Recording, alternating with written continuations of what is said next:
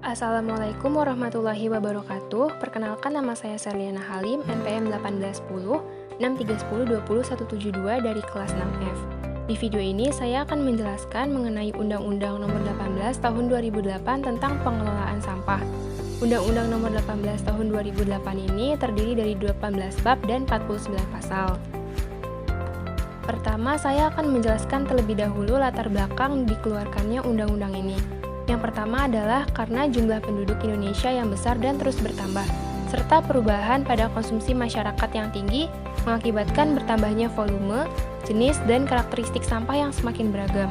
Yang kedua adalah karena pengelolaan sampah selama ini belum sesuai dengan metode dan teknik pengelolaan sampah yang berwawasan lingkungan. Masyarakat selama ini masih mengelola sampah dengan dikumpulkan, diangkut, dan kemudian dibuang ke tempat pemrosesan akhir sampah. Padahal timbunan sampah tersebut berpotensi melepas gas metan yang dapat meningkatkan emisi gas rumah kaca yang mana dapat memicu pemanasan global. Yang ketiga, sampah telah menjadi permasalahan nasional sehingga pengelolaannya perlu dilakukan secara komprehensif dan terpadu. Sehingga sampah tidak hanya dianggap sebagai sisa-sisa suatu kegiatan saja, namun juga dapat memberikan manfaat secara ekonomi, sehat bagi masyarakat, dan juga aman bagi lingkungan. Yang keempat, diperlukannya kepastian hukum sehingga semua pihak, baik masyarakat, perusahaan, maupun pemerintah dapat melakukan pengelolaan sampah secara proporsional, efektif, dan juga efisien dalam pengelolaan sampah. Sebelum saya membahas mengenai isi dari UU Nomor 18 Tahun 2008, sebelumnya saya akan membacakan terlebih dahulu sebuah hadis yang berbunyi, Al-Islamu natifu fatanatofu fa innahu la yadkhulu jannah illa natifu. Yang artinya Islam itu bersih, maka jadilah kalian orang yang bersih. Sesungguhnya tidak akan masuk surga kecuali orang-orang yang bersih. Hadis riwayat Baihaqi. Hadis tersebut menyatakan bahwa Islam itu bersih. Oleh karena itu, kita sebagai umat muslim perlu menjaga kebersihan, baik itu kebersihan diri sendiri, berupa jasmani dan rohani maupun lingkungan. Pengelolaan sampah ini dapat menjadi wujud kita sebagai umat muslim dalam menjaga kebersihan lingkungan. Setelah tadi saya membacakan hadis mengenai pentingnya menjaga kebersihan, sekarang saya akan mulai membahas isi dari UU Nomor 18 Tahun 2008. Pertama, saya akan menjelaskan terlebih dahulu definisi dari sampah. Pasal 1 ayat 1 UU Nomor 18 Tahun 2008 menjelaskan bahwa sampah adalah sisa kegiatan sehari-hari manusia dan atau proses alam yang berbentuk padat. Di pasal 2 ayat 1 dijelaskan bahwa sampah yang dikelola berdasarkan undang-undang ini terdiri dari sampah rumah tangga, sampah sejenis rumah tangga, dan sampah spesifik. Sampah rumah tangga adalah sampah yang berasal dari kegiatan sehari-hari dalam rumah tangga. Contohnya itu adalah sampah dapur. Yang kedua adalah sampah sejenis rumah tangga. Sampah sejenis rumah tangga adalah sampah yang dapat berasal dari kawasan komersial, berupa pusat perdagangan, pasar, pertokoan, hotel, perkantoran, restoran, ataupun tempat hiburan. Jenis lain dari sampah sejenis rumah tangga ini dapat berasal dari kawasan industri, kawasan khusus, fasilitas sosial, dan juga fasilitas umum. Yang ketiga yaitu adalah sampah spesifik. Sampah spesifik ini merupakan sampah yang mengandung bahan berbahaya dan beracun, seperti sampah yang mengandung limbah berbahaya, sampah yang timbul akibat bencana, puing bongkahan bangunan, dan juga sampah yang belum dapat diolah dengan teknologi. Selanjutnya yaitu asas dan juga tujuan pengelolaan sampah.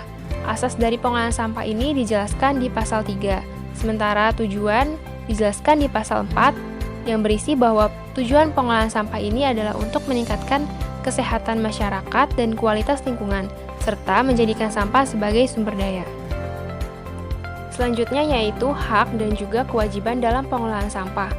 Hak dalam pengelolaan sampah ini dijelaskan di pasal 11 ayat 1, bahwa setiap orang berhak mendapatkan pelayanan dalam pengelolaan sampah, berpartisipasi dalam pengelolaan sampah, memperoleh informasi yang benar, akurat, dan tepat waktu mengenai penyelenggaraan pengelolaan sampah, mendapatkan perlindungan dan kompensasi, dan yang kelima adalah memperoleh pembinaan dalam pelaksanaan pengelolaan sampah. Selanjutnya yaitu terdapat kewajiban dalam pengelolaan sampah yang dijelaskan di pasal 12 ayat 1 bahwa setiap orang dalam pengelolaan sampah rumah tangga dan sampah sejenis rumah tangga wajib mengurangi dan menangani sampah dengan cara yang berwawasan lingkungan. UU ini juga mengatur kewajiban perusahaan dalam mengelola sampah yang diatur dalam pasal 13, pasal 14, dan juga pasal 15. Pasal 13 ini berbunyi bahwa kawasan permukiman, komersil, dan kawasan khusus, serta fasilitas umum wajib menyediakan pemilihan umum. Di pasal 14 berbunyi bahwa perusahaan wajib mencantumkan label yang berhubungan dengan pengurangan sampah pada kemasan atau produknya.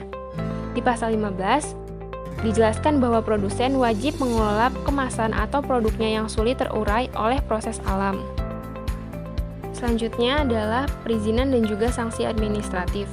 Pasal 17 ayat 1 menjelaskan bahwa setiap orang yang melakukan kegiatan usaha pengelolaan sampah wajib memiliki izin dari kepala daerah sesuai dengan kewenangannya.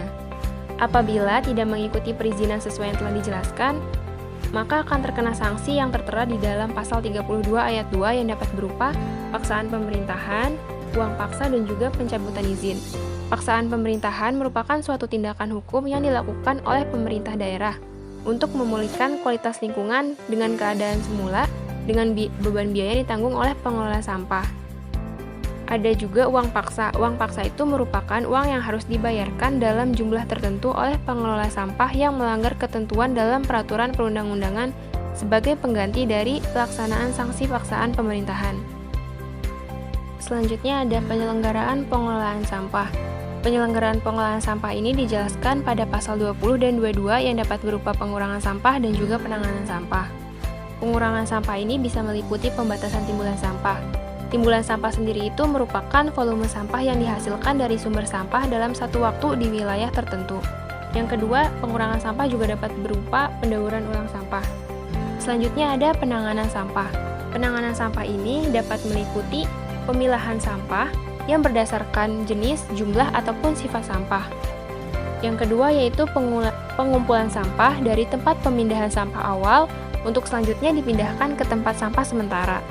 Yang ketiga, pengangkutan sampah dalam bentuk membawa sampah dari tempat penampungan sampah sementara ke tempat pemrosesan akhir. Yang keempat yaitu pengolahan dalam bentuk mengubah karakteristik, komposisi, dan jumlah sampah.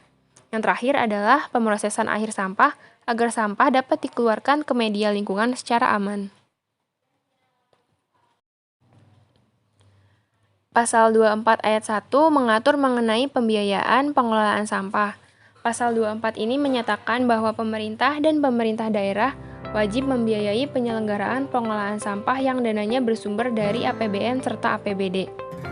Kemudian di pasal 25 ayat 1 menjelaskan mengenai kompensasi, bahwa pemerintah dan pemerintah daerah secara sendiri-sendiri atau bersama-sama dapat memberikan kompensasi kepada orang sebagai akibat dari dampak negatif yang ditimbulkan oleh kegiatan penanganan sampah di tempat pemrosesan akhir sampah. Kompensasi ini dapat berupa relokasi, pemulihan lingkungan, biaya kesehatan atau pengobatan, dan juga kompensasi dalam bentuk lain. Pada pasal 21 ayat 1 dijelaskan bahwa semua pihak dapat ikut berperan dalam pengelolaan sampah, termasuk diantaranya adalah masyarakat. Peran masyarakat tersebut dijelaskan di pasal 28 ayat 2, yaitu yang pertama ialah masyarakat dapat memberikan usul, pertimbangan, dan saran kepada pemerintah ataupun kepada pemerintah daerah. Yang kedua yaitu masyarakat dapat melakukan perumusan kebijakan pengelolaan sampah, dan terakhir adalah pemberian saran dan pendapat dalam penyelesaian sengketa persampahan. Selanjutnya mengenai penyelesaian sengketa. Sengketa yang dapat timbul dari pengelolaan sampah ini terdiri atas sengketa antara pemerintah daerah dan pengelola sampah, atau juga sengketa antara pengelola sampah dan masyarakat. Penyelesaian sengketa dapat dilakukan di luar pengadilan melalui mediasi, negosiasi, arbitrasi, ataupun pilihan lain dari para pihak yang bersengketa. Namun, apabila dalam penyelesaian di luar sengketa para pihak tidak tercapai kesepakatan, maka dapat dilakukan penyelesaian lewat pengadilan.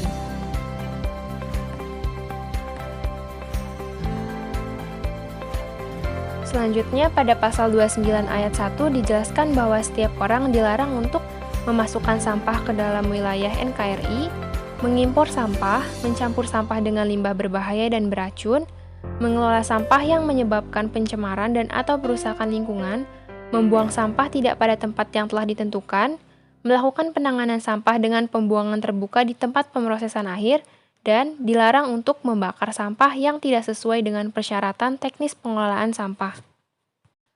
Terakhir, terdapat ketentuan bagi pelaku pidana yang diatur dalam pasal 29, pasal 40, pasal 41, dan juga pasal 42. Ketentuan pidana ini diberlakukan untuk pelaku impor sampah rumah tangga, impor sampah spesifik, pengelola sampah yang melawan hukum secara sengaja, dan juga perlawanan hukum yang mengakibatkan orang mati atau luka berat.